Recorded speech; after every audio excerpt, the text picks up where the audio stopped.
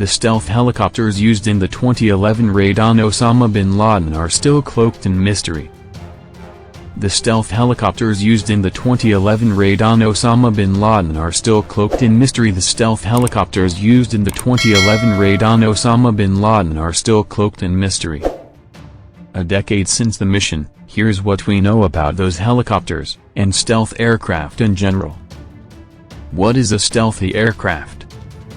A decade ago yesterday, the U.S. carried out one of the most famous and surprising military actions of the 21st century, the covert raid on Osama bin Laden's compound in Abbottabad, Pakistan on May 2, 2011.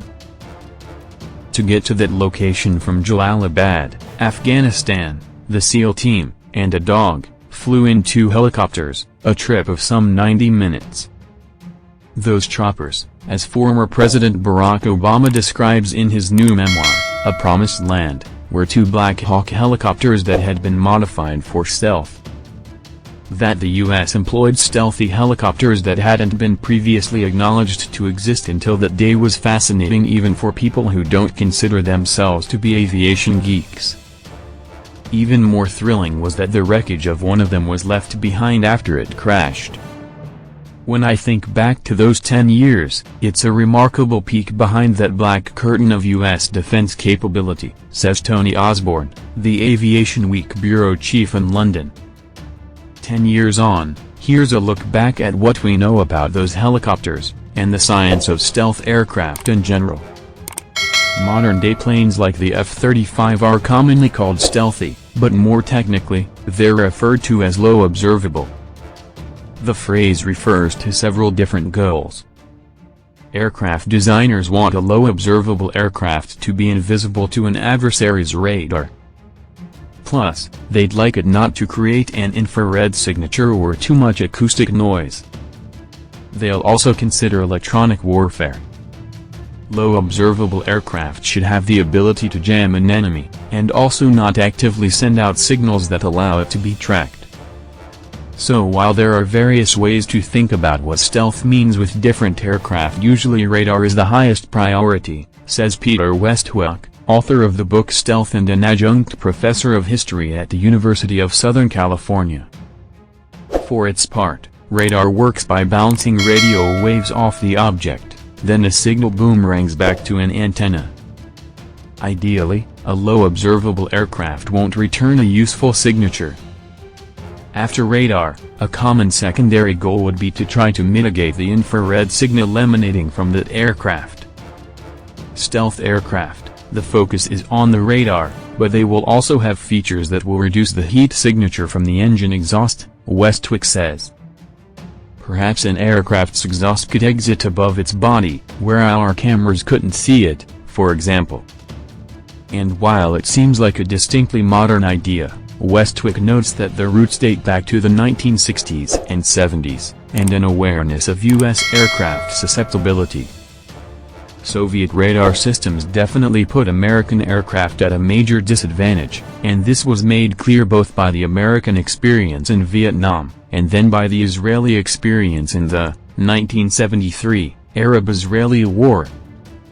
Development of stealth aircraft in the U.S. truly began in the 1970s, famously resulting in Lockheed's F-117 Nighthawk attack aircraft and then later, Northrop's B-2 bomber.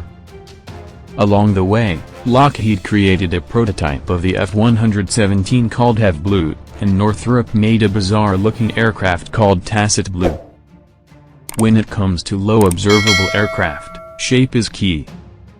As Westhoek examines in Stealth, the defining feature of the angular F-117 was its facets, or flat panels. Northrop was known for leaning into a curvier approach for flying machines. Either way, the differing design mentalities had the same goal, to keep the radar returns low. Radar-absorbent materials play a key role, too. Plus, curves have the benefit of being more aerodynamic than facets like the highly angular Nighthawk had. You're still trying to send the radar waves off in another direction, but then you're also trying to make the airplane more flyable, Westhoek says. flat plates are very inefficient aerodynamically. There's a reason why birds' wings are curved. The Nighthawk and then the B-2 Spirit were the first low observable production aircraft, and today, the U.S. military flies fighters like F-22s and F-35, both of which have bodies that appear curvy. So does a rendering of the forthcoming B-21 Raider bomber from Northrop Grumman. But helicopters, with their big sides, huge swinging top rotor, and smaller tail rotor also twirling around in another orientation, pose an even greater challenge. Whirlybirds are loud, in-your-face machines, and attempting to retrofit one to be low observable would be hard. It's very difficult to make an aircraft stealthy. In fact, it's very difficult to do it after you've designed it, says Osborne, of Aviation Week. To make a helicopter is probably doubly so, because helicopters are inherently non-stealthy. Related, Senator Tammy Duckworth on why AI should never fully replace humans in the cockpit. Todd Harrison, who directs the Aerospace Security Project at the Center for Strategic and International Studies, sees it the same way. Helicopters, fundamentally, are never going to be as stealthy as something like the B-2 bomber, he says. But it could be helpful to just be less observable, or less loud, than usual. Stealth is not a binary thing. It's not that you're either stealthy or not, Harrison says. In reality, it's degrees of stealth. Photographic evidence provided a tease of the design of the helicopters used in the raid, and people dug into it right away in 2011. Because one of the Black Hawks crashed, the team blew it up before they departed. A piece of the tail remained. Looking at that photograph in the present day, Osborne comments that a few modifications from a standard Black Hawk are clear. One is that it appears to have had more tail rotor blades than a Black Hawk's typical 4. An additional blade or blades would let that rotor spin more slowly, but still achieve the performance the helicopter needs. But if you slow it down, that means it's quieter, he says.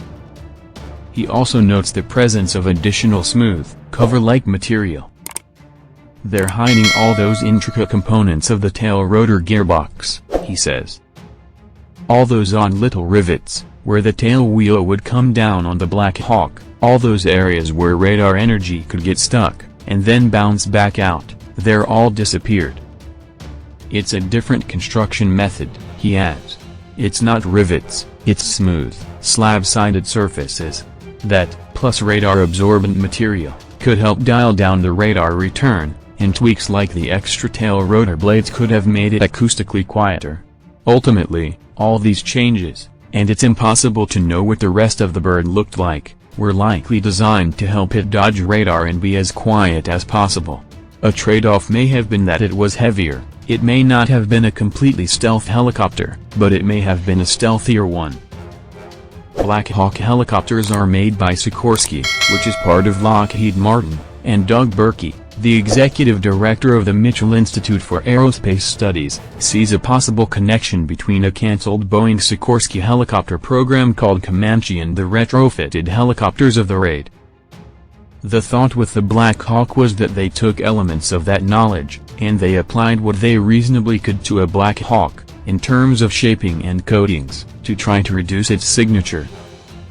That, plus following a careful route into Pakistan that they had figured out in advance, would have helped.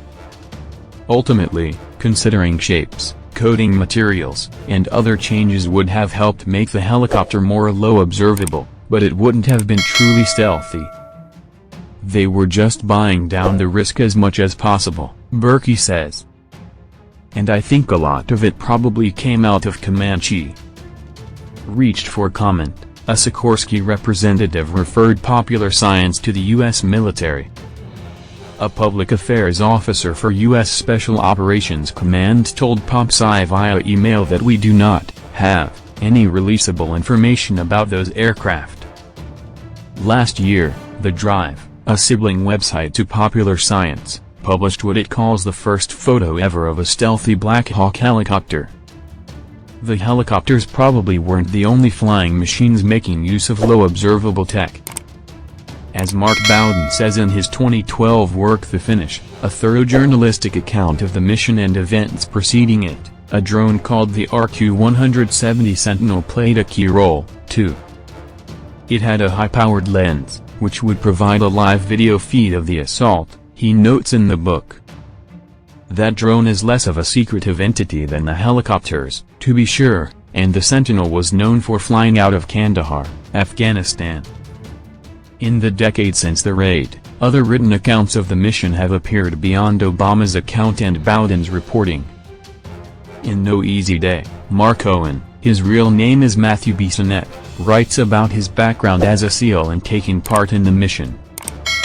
He notes that in his helicopter, they sat on the floor or on small camp chairs purchased at a local sporting goods store before we left. "Why did we use stealthy helicopters?" asks Harrison, of Cheese. "It wasn't to hide from bin Laden, he didn't have radar. It was to hide from our partners, the Pakistanis. Sometimes, you use stealth to hide from your partners," he continues, "because you may not be able to trust that they're not going to leak what you're doing, or they may not be happy with what you're doing if they knew about it in advance."